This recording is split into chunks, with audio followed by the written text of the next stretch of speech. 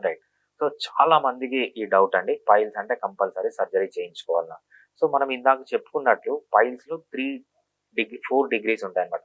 First degree, second degree, third degree, fourth degree. First డిగ్రీలో ఏంటంటే బయటికి కనపడవు. సో, లోపలనే ఉంటాయి.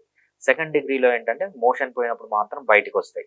సో, అవి మోషన్ పాస్ చేసిన వెంటనే లోపలికెళ్ళిపోతాయన్నమాట. ఫస్ట్ డిగ్రీలో గాని, సెకండ్ డిగ్రీలో గాని మీకు పైల్స్ ఉంటే హోమియోపతి ట్రీట్మెంట్ తీసుకుంటే అసలు మీరు సర్జరీకి పోనవసరమే లేదు.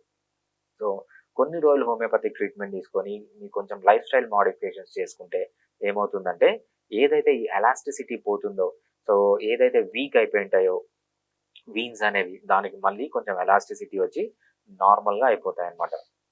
ప్రాబ్లమ్ వచ్చేది third stage, fourth stage. Next third స్టేజ్‌కొద్దాం. థర్డ్ స్టేజ్‌లో ఏమవుతుందంటే మోషన్ పోయినప్పుడు మీకు పైల్స్ అనేవి బయటికొస్తాయి. సో, మోషన్ పోయిన తర్వాత అవి పోవన్నమాట. మీరు మెకానికల్‌గా లోపలికి పుష్